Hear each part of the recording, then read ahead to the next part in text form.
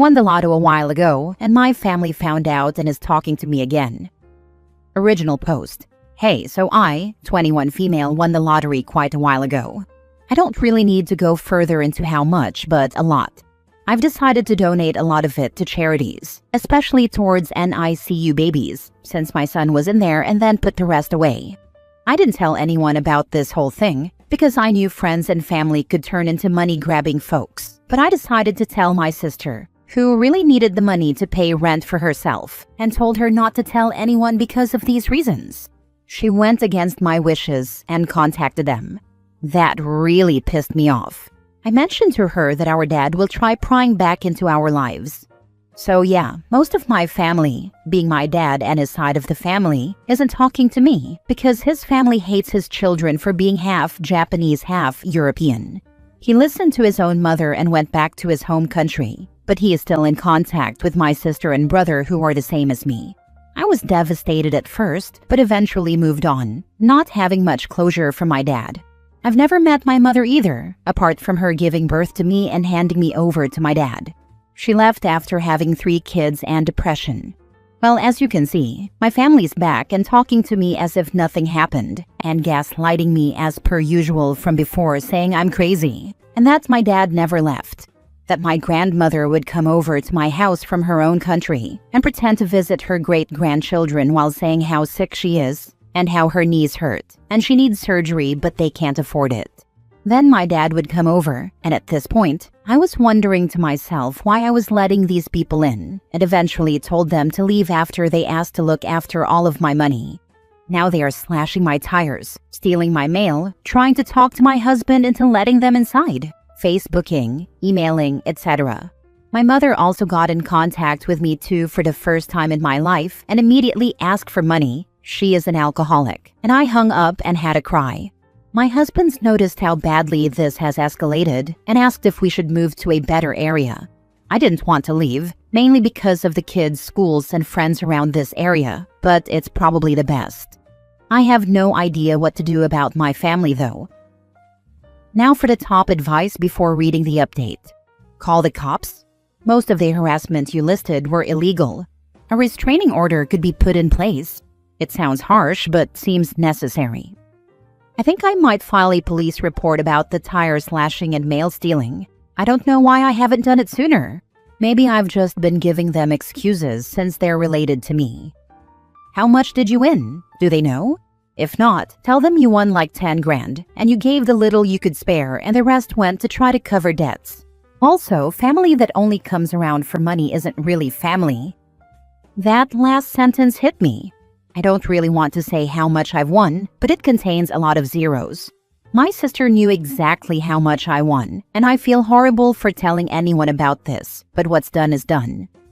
They are stealing your mail to steal your identity and get their hands on your money. Also, cut the sister off. Tell your sister the money is gone, maybe she'll tell them and they'll back off. Get restraining orders and call the police if they are on your property. Slashing your tires and stealing your mail is illegal. Being related to you isn't an excuse. I'm going to file a police report and set up some cameras around the property. It seems like my best bet right now. Now for the update 2 months later. Hi everyone. Sorry for not posting an update. I have quite a few messages asking me how I'm doing, so I thought I'd post here on what's going on. I realized people were trying to figure out where I came from, since the dialect or the tone of my writing is a bit off. I actually have a bit of a learning disability, so my partner comes on and sort of corrects things for me. Well, we ended up having to move, which is no problem to be honest. It was the safer route for our little family that's growing. We also installed extra security and have contacted police, schools, neighbors, etc. I'll tell you the story. First of all, I'm just going to say that I stopped talking to my sister. She's acting as if she did nothing wrong, but she knows what she did. So about a month and a half ago, we had already started packing since we were moving away. My dad texted me and asked if I wanted to meet up, just myself. I said no at first, because I knew that he was going to try and yell at me again for not giving him any money, as well as my grandma. I looked into r/raised by narcissists, which was suggested by some people since he tries to gaslight me a lot. He then ended up writing an email and apologized for everything he had said and done on his and Grandma's behalf. I was actually surprised my dad was apologizing for the first time in his life. He then asked if we could meet again, so I caved in and met him. We went to a cafe and I had a really nice time talking to him, yet I felt a bit off. We were probably sitting there talking for about an hour. He was checking his phone a lot. After we left, I went straight home. My partner had our son with him and found that the property we were living in at the time had been broken into. I realized at that point that Dad used me as a sort of decoy or something. I called the police immediately and told them that we have secret installation and cameras, so we'll be able to see who did what and when. They scanned the house with a German Shepherd dog and had an inspection and investigation. Meanwhile, I contacted my partner and then went down to the police station with them. They started watching the videos, and behold, it was my own freaking grandmother. I guess she doesn't need that knee surgery then. I asked the officers what I could do, and, like many suggested in the first post, they suggested a restraining order, specifically a protection order, straight away. I had the evidence. I was so wound up. I just wanted to call my dad and yell at him, because I knew he and Grandma planned this together. I decided not to, because that could jeopardize things in court. They ended up stealing my jewelry and my partner's Oculus. No idea why. I told my partner to store it away properly, but he didn't. The police officer asked me why I didn't want to press charges on them for slashing my tires and stealing my mail. I said I had the benefit of the doubt about them, but I was wrong. The police found my grandmother and father around my property and arrested them. They were standing there pretending to be worried and sad that the house was broken into. My dad went to trial. He couldn't afford a lawyer, so he had a public defender. My father is to be sentenced to 4 years in prison for robbing our house. I ended up finding out that he did a home invasion many years ago, went to prison, and then came out and flew to his home country after his parole ended. I was taken aback by all of this. My grandma is currently in hospital because she actually did hurt her knee and leg from breaking into our house. At least right now, I have a protection order against them. They cannot come near me or my family or the property. As for my partner and my son, I apologized to him and said I shouldn't have met my dad. He understood and just said that it's normal to crave love. I'm really honestly heartbroken that my family would do this to me, but at least we've moved into a better property. I can get the therapy I need, and I can focus on my new family. Thanks for reading and for the support, guys. I really appreciate it. I really feel absolutely terrible for you, but I laughed my butt off at your grandmother's injury. Poetic freaking justice. Haha, I laughed too. She deserved it. I am so sorry this happened to you. Did you get the jewelry back? I did not. I assume they sold them, but it's fine because they weren't important. I stored the important jewels in our safe. I am so extremely sorry about your situation. I can't imagine what I would do in your place, but I think you handled it perfectly. There is no need to apologize about meeting your dad. He manipulated you into doing it, and it is 100% his fault. I'm so happy everything has sorted out for you and your family is safe. As for the emotional damage this has probably caused you, have you gone to therapy? That might help a lot with the fact that you were abandoned by your entire family.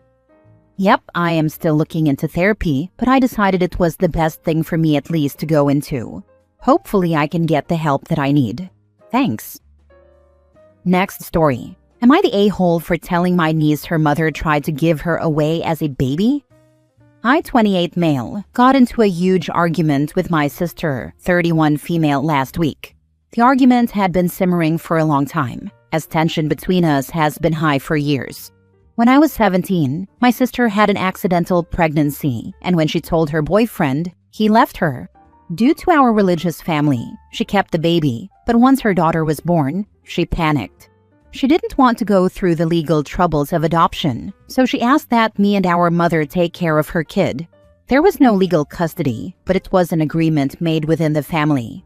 I essentially raised my niece from birth until she was 3, with help from my mother, as she was working to support the new addition to the family. I dropped out of school and took care of her, fed her, changed her, and taught her how to walk, while my mom was away at work. Then my sister met her now husband, cleaned her life up, and suddenly wanted her kid back. No warning, she moved back home, said thanks, and started being a mother. My niece is now 11 and doesn't remember all that I and her grandmother did. It's been a family agreement to forget this all happened until the argument. My sister made a petty comment during a fight where she implied that since I lost my job recently, I can't handle a responsibility. I snapped and told her she was lucky her daughter was too young to remember how she abandoned her. My niece overheard this and now wants to know what I meant. I outright said that her mother didn't think she could raise her and left her with me and Grandma. Now my sister says I traumatized her daughter, and my mom says I should have kept the secret like we agreed. I think this secret couldn't stay kept forever. Am I the a-hole? Edit. I'm here to give some more context and answer a bunch of the most common questions. When the argument happened, I had put my niece to bed hours ago. We were at my mother's house, and so no one knew she was going to come in. Secondly, after my niece was born, my sister moved states to get a job. Also, she was 20 and I was 17. And finally, in the aftermath, I said that we can't go back now since my niece already overheard us all talking. So as a group with her stepfather, we should get together to explain it better. But since the event, a week ago, my sister has been saying that we should let it blow over and that my niece will forget if we don't bring it up again. I'm frustrated at this, and at how she's now slating me alongside my mother. My mother believes I'm in the wrong for arguing with my sister in the first place, whereas I say she has no right to criticize me for losing my job when I lost my education to caring for her child. I'm trying to get in contact with my niece's stepfather to ask him for his opinion. Edit 2. Yes, I was asked by my mom to drop out of school, and I did so. I didn't go to college later. I had no intention of hurting my niece, but she had already overheard what was said, so I felt that keeping it from her now would just cause her confusion. I'm now trying to backpedal the best I can with the family's assistance to be able to properly explain the situation to her. But my sister and my mother both want to just pretend this never happened and hope my niece forgets as she grows up. Your mom completely sucks for allowing you to derail your own life for the sake of a 20-year-old woman not wanting to step up. It's shameful. You shouldn't have said what you said. But hoo boy, I can't even begin to understand the resentment you must feel. Not the a-hole. Make no mistake, it was an a-hole thing to do, but I'm giving you a pass. This. And it doesn't sound like you chose one day to approach your niece and tell her. Your niece overheard it in an argument, and you didn't lie to her when she asked. Imagine if you did lie to her. Her trust in you could have been broken. We all make mistakes. Panicking and leaving her child to be raised by her sibling was one. She should own up to it. And OP's sister has some nerve mocking him over losing his job, when she is the reason why he doesn't have an education or better opportunities. If I were this woman, I would express my gratitude to OP every day for the rest of our lives. Then again, if I were this woman, I would never have allowed my teenage brother to sacrifice his future to cover for my mistakes. Ugh, this whole post is infuriating. Last story. Am I the a-hole for ending my marriage without therapy less than a month before Christmas because I'm tired of being treated like a monster because I believe my stepdaughter needs therapy? 8 years ago, I, 33 female now, met a young widower, now 35 male, who had a 6-year-old daughter, 14 female now. He and his late wife had technically been separated at the time of her death, and so he was ready to move on. But I believe his daughter needed help, and a few times before we got married, I said as much. I was told she was just more reserved by nature, and she'd come around to me in time. This wasn't just my husband saying this either. His whole family were saying the same thing. They told me the proof was in the fact she wasn't being blatantly rude or disrespectful and wasn't throwing tantrums or acting out. I tried to build a good relationship with my stepdaughter, but the more time moved forward, the less it seemed likely or possible. She wasn't outright angry, but she wouldn't open up to me or willingly spend any one-on-one time with me. She spent one-on-one time with her dad, but at a certain point, when he and I had our first child, this also changed. Once I was pregnant with our first child, her behavior did change. She started getting angry, started cursing at me, and yelling at her dad for having another baby. She told him he betrayed her mom and she wasn't going to accept our child as a sibling or accept him being a dad to someone else's baby. After I gave birth, my husband did put my stepdaughter in therapy, or so he told me, and he said he realized help was needed. But when I was pregnant with our second child, I found out this wasn't really true. He instead took her to classes that were supposed to prepare kids for being an older sibling and were meant to help get them excited for a younger sibling. This was going on for months before I realized, and he argued at the time, that it was a form of therapy.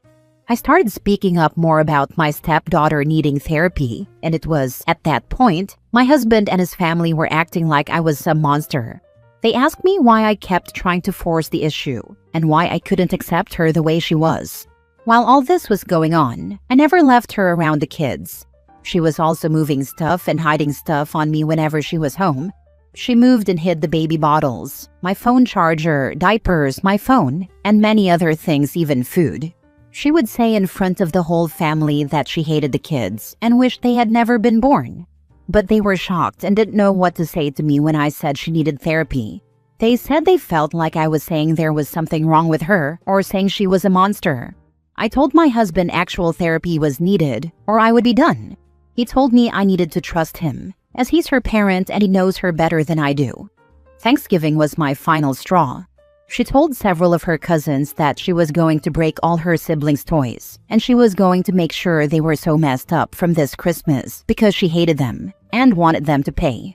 I wasn't the only person who heard this, but I did insist that was exactly why therapy was needed, because she was bragging about wanting to upset her siblings. Yet again, I was the monster. Even my husband refused to accept she needed help. I was so tired of being the monster because I believed my stepdaughter needed therapy, and a lot of therapy at this point. That night I slept on a couch, and the next morning I told my husband I was done. I waited for the next day because I asked my parents if me and the kids could stay, and they didn't get back to me until very late. My husband wasn't expecting me to say it was over, but I told him I was done and I explained why. I have already filed for divorce, and to my husband, soon-to-be ex, and his parents, that is the worst thing. They keep making a point about leaving before Christmas, and that we never even tried therapy with my husband. Christmas and not going to therapy have been sticking points, but I wouldn't go with him after everything. He already lied to me once.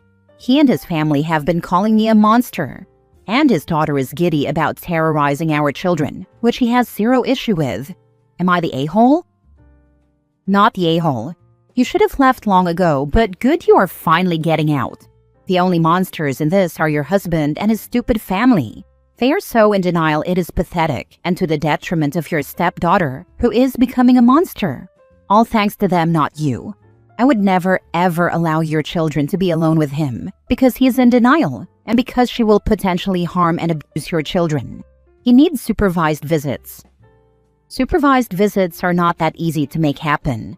I have some proof of all the things that have happened, but in all honesty, there likely will be not only supervised contact, but 50-50 custody is most likely the outcome. I honestly should never have married him. I should have trusted my own gut and should never have listened to what my husband and his family said. And I learned a very valuable lesson about trusting my instincts and not blindly believing everything will turn out okay.